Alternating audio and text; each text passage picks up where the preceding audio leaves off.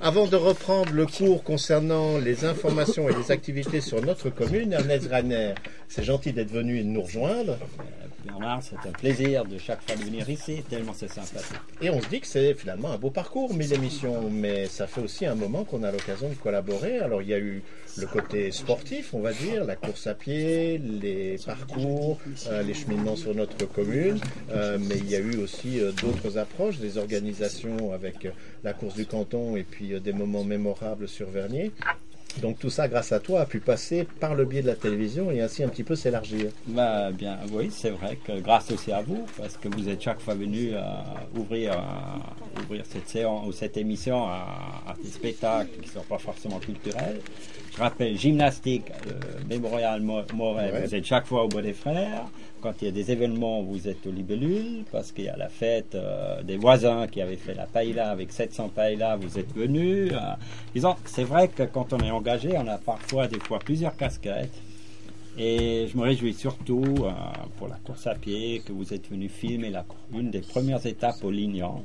Vous avez fait d'ailleurs un DVD qui est magnifique, qui a été assez commandé par les coureurs à pied, parce qu'il y a 10 ans en arrière, il n'y a pas encore comme aujourd'hui le développement des lecteurs DVD et tout, et ci et ça.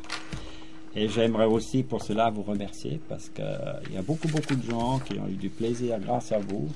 Et particulièrement aussi moi, parce qu'avec combien de fois on a été sur le plateau avec Jean-Louis Botanique, qui paraît-il a battu le record, puisqu'il a parlé 18 minutes sans arrêt. C'était effectivement je ne sais pas si c'est toujours le record. Oui, ça l'est. C'est toujours le record. Alors je suis très heureux d'avoir été dans cette émission, parce que participer à un record, c'est toujours un plaisir. Mais il y a aussi un autre record que peut-être, puisque j'ai la parole, je profite pour cette 1000e émission que je vous félicite de tout cœur, parce que c'est une longévité extraordinaire. Mais qu'est-ce qui veut dire 1000 1000, des fois, ça veut rien dire, et des fois beaucoup. Et j'ai un petit peu réfléchi ce que je pourrais en somme vous dire pour cette 1000e émission. Et cher Bernard et chers tous, vous qui êtes là tous les mercredis pour réjouir le cœur de fidèles téléspectateurs et aussi de vos membres, je me suis permis de faire quelques réflexions et je vais bien vous les dire aujourd'hui, parce que justement la 1000e émission a pour vous duré 19 ans et 23 jours.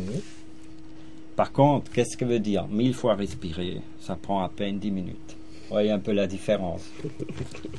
10 fois rire amène beaucoup de bonheur. Par contre, 10 fois tousser fait mal au ventre. N'est-ce pas? Vous voyez, le 1000, il peut faire du bien ou du mal. 1000 fois regarder une émission Canal 29 a pris à tous les téléspectateurs environ 1500 heures ou 62 jours et demi. Ça dépend, parce que vous avez un tout petit peu, un timing spécial, élastique, voilà. Alors, 10 fois aller à l'école, ça prend à tout le monde environ 3 ans.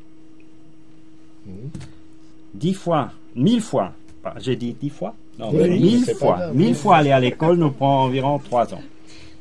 1000 fois faire une tournée du facteur prend environ 4 ans. Alors vous voyez un peu la déformation professionnelle, hein, même si elle n'est plus d'actualité. 1000 fois être heureux s'appelle être chanceux. Avoir 1000 membres à Canal 29 prendra encore combien de temps? Peut-être ça battra peut-être les 19 ans et 23 jours pour la 1000e émission. Et la 1000e émission va durer combien de temps? On ne sait pas. Elle est dans le créneau d'une heure à peu près. Alors dire 1000 fois bravo à toute l'équipe de Canal 29 prend à peine 10 secondes.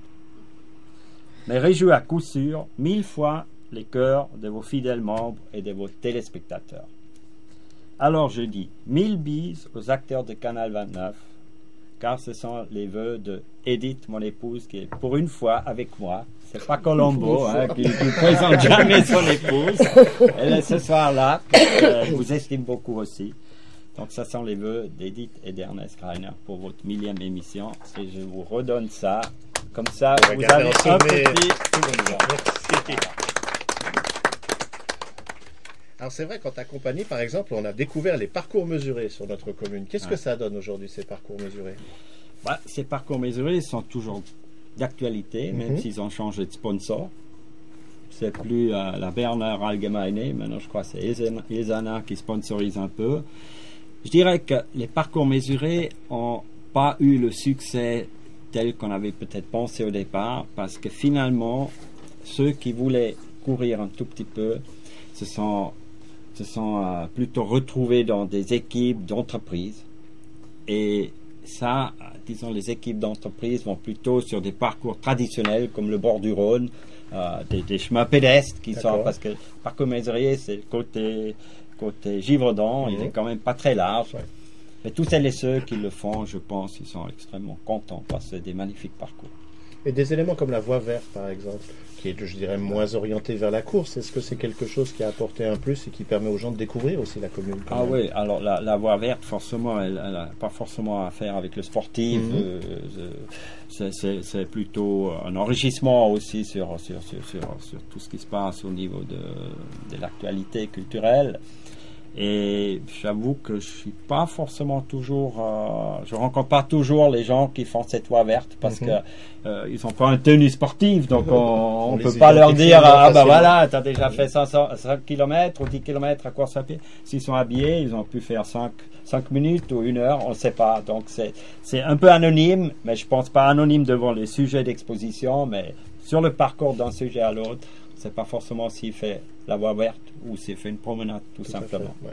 Alors on évoquait Monsieur Bottani, cette année encore pour la course de l'escalade, il y a eu encore plus de monde, et pourtant d'année en année, Monsieur Bottani disait on est obligé de réfréner le nombre de personnes qui s'inscrivent, et pourtant la manifestation continue à chaque fois, je dirais, de s'étendre. Donc jusqu'où pourra-t-on aller, puisque c'est quand même pas évident à gérer? Alors, il y a quand même parfois des circonstances heureuses.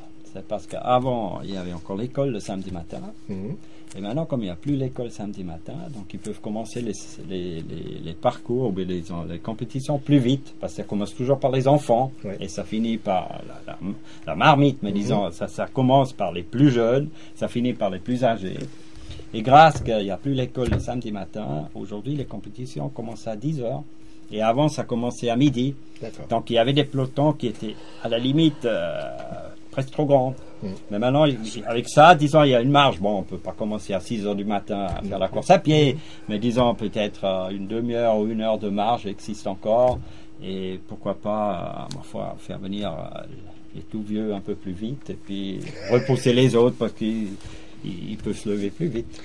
Alors, il y a une légende qui court, on dit toujours, si tu veux organiser quelque chose, téléphone à Ernest Greiner. Je ne sais pas d'où ça vient, j'ai entendu dire comme ça, c'est des bruits qui courent. Est-ce que, éventuellement, dans le cadre du Tour du Canton, un jour, on va peut-être revoir à nouveau une étape sur notre commune? Alors, peut-être vous ne le savez pas, mais déjà en 2011, il y a à nouveau une étape à Vernier, mais cette fois, elle est organisée par le club athlétique de Vernier, qui a aussi des têtes qui peuvent se dévouer pour ce sport-là. Mais c'est vrai que je voudrais pas devenir comme les contes où on dit lis les Grimm et puis tu sais tout. Et puis à fois la course à pied on dit téléphone à Greiner et toujours. Non, mais c'est vrai que ça fait comme 35 ans que je fais la course à pied, je cours, j'ai organisé les entraînements communs de la course d'escalade, on a fait des tours du canton, c'est vrai que j'ai toujours été un peu dans ces organisations, et quand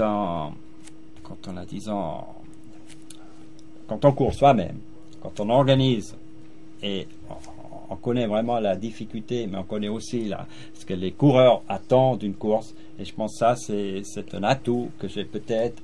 Mais voilà, il ne faudra pas que je sois l'unique et le seul. Donc j'aimerais bien que d'autres autour de cette table ou autour d'ici ou qui nous regardaient essayent aussi d'organiser quelque chose, parce que c'est très, très, très riche en contact. Même si on utilise beaucoup d'heures de sa vie privée pour cela, mais je pense que le retour, c'est extrêmement satisfaisant. Donc on peut dire affaire à suivre. Affaire à suivre pour des autres aussi. Mais malgré tout. Alors, j'ai vu les gros yeux de madame. Tu vas pas remettre ça, Ernest, quand même.